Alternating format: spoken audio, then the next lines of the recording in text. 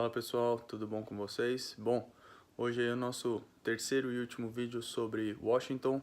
Nesse momento eu já estou no estado de Kentucky, já saí de Washington, mas como eu estou um pouquinho atrasado aí com os vídeos, dada a nossa programação intensa, vai o último de Washington e aí a gente entra na nossa série de uma semana aqui em Kentucky, um dos estados mais importantes para o agronegócio norte-americano.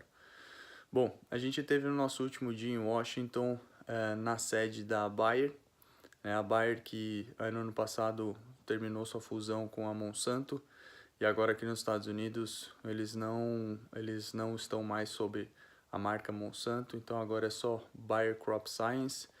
A gente teve na sede de Washington deles, perto do Capitólio, e a gente ficou lá um bom tempo, tivemos boas discussões lá.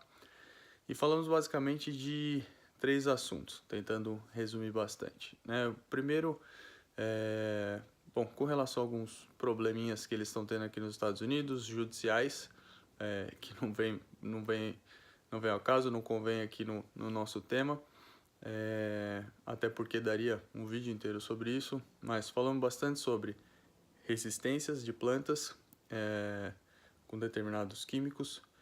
Falamos de manejo adequado e boas práticas para a utilização de químicos e falamos também sobre biotecnologia de semente, especialmente sobre preservação de tecnologia. E o que a gente achou no final da discussão, né, de pontos em comum com relação aos três assuntos. Bom, se a gente pegar a resistência que as plantas, especialmente a gente estava discutindo resistência de daninhas a alguns princípios ativos e falando bastante sobre glifosato.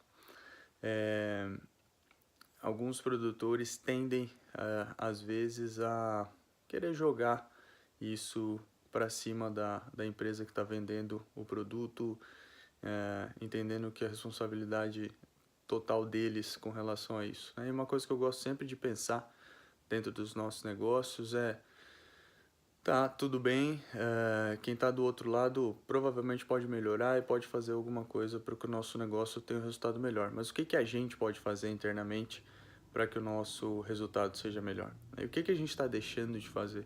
Como que eu estou contribuindo com o aumento de resistência de daninhas a glifosato, por exemplo? Será que eu estou fazendo tudo o que eu posso em termos de adoção de tecnologia, rotação de culturas, manejo de solo e etc.? Então a discussão foi um pouco nesse sentido, né? Como é que produtores e fornecedores, de maneira geral, podem trabalhar junto para que esse tipo de coisa não aconteça, né? E se a gente for falar de refúgio, por exemplo, para biotecnologia, funciona da mesma forma, né? Qual é o papel das empresas que fornecem essas sementes para a gente e qual é o nosso papel no manejo? Qual é o nosso papel respeitando o refúgio recomendado? Qual é o nosso papel não plantando 100% de intacta nas nossas áreas, por exemplo, quando a gente fala de soja? Qual foi o nosso papel na perda de eficiência das tecnologias de milho BT, por exemplo? Então foi uma discussão bem legal nesse sentido, onde a gente chegou numa conclusão de que, bom, os produtores têm que fazer a parte deles, obviamente.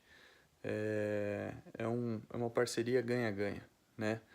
Não, quando a gente compra um produto, a gente não está comprando uma solução completa, né? Às vezes a gente está só comprando um produto. E o que é mais importante, que é o processo de tomada de decisão, esse está na nossa mão.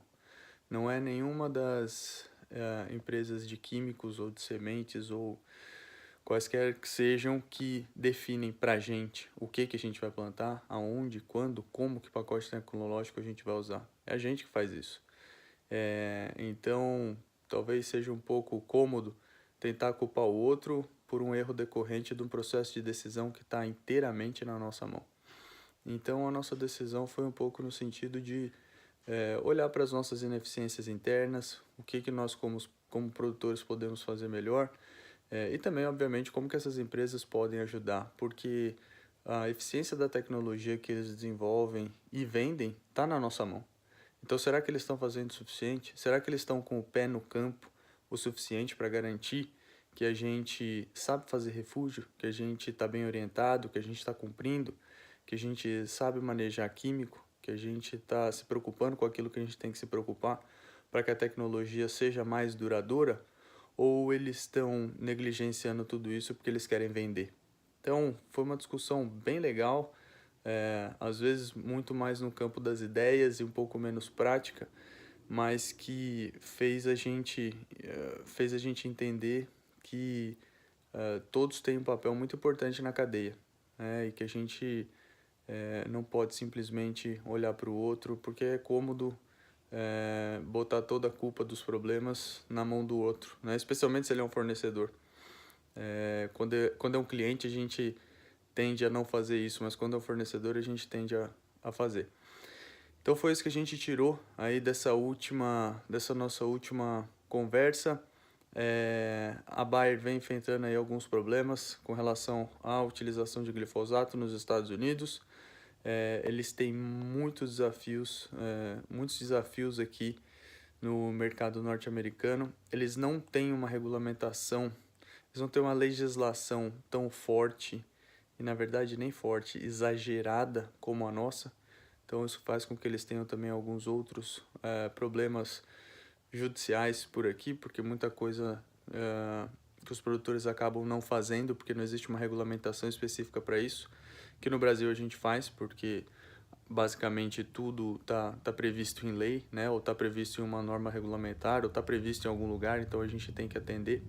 Então é um ambiente bastante diferente no sentido da utilização de químicos, de fertilizantes e tudo mais, mas tem muita coisa em comum, né? E acho que essa busca por eficiência dos dois lados é algo aí que une, né, produtores no mundo inteiro, e algo que a gente pode levar aí como lição para casa e dar uma pensada. O que você está fazendo no seu negócio para contribuir com o aumento de resistência de daninhas a químicos, com a perda de tecnologia ao longo do tempo, perda de eficiência, né, das tecnologias ao longo do tempo. Então, o que você aí na sua fazenda pode fazer melhor para que a gente tenha tecnologias mais eficientes, mais duradouras e que entreguem um bom resultado para a gente por mais tempo. Então, acho que termino o vídeo com essa pergunta para todo mundo, vale a reflexão, e vejo vocês no próximo vídeo já sobre o estado de Kentucky. Um abraço para todo mundo.